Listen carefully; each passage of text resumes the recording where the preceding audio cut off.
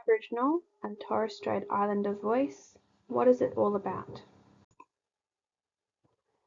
We acknowledge the traditional owners and custodians of country throughout Australia and acknowledge their continuing connection to land, waters and community. We pay our respects to the people, the cultures and the elders past and present.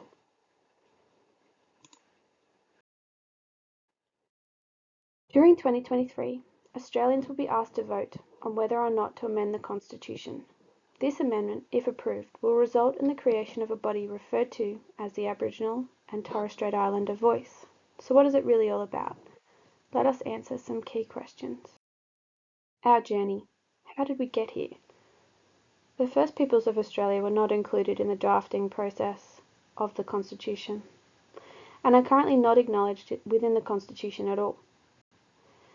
Throughout their ongoing journey for the recognition of Indigenous rights, the First Peoples of Australia have experienced both successes and disappointments.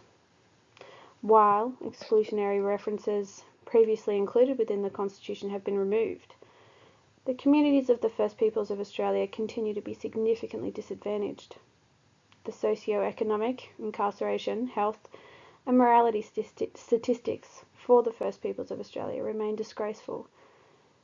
These statistics are all indicative of policy failure. For many years there has been ongoing debate for constitutional recognition of the First Peoples of Australia. If approved, the First Peoples of Australia will be recognised within the Constitution through the establishment of the Aboriginal and Torres Strait Islander voice.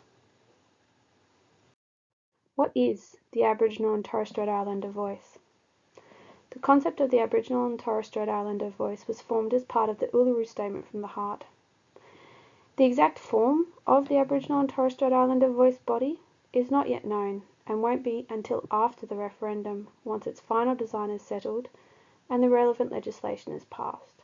With that said, if approved, the Aboriginal and Torres Strait Islander voice will be an independent advisory body. The members of the Aboriginal and Torres Strait Islander voice will be chosen by local Aboriginal and Torres Strait Islander communities.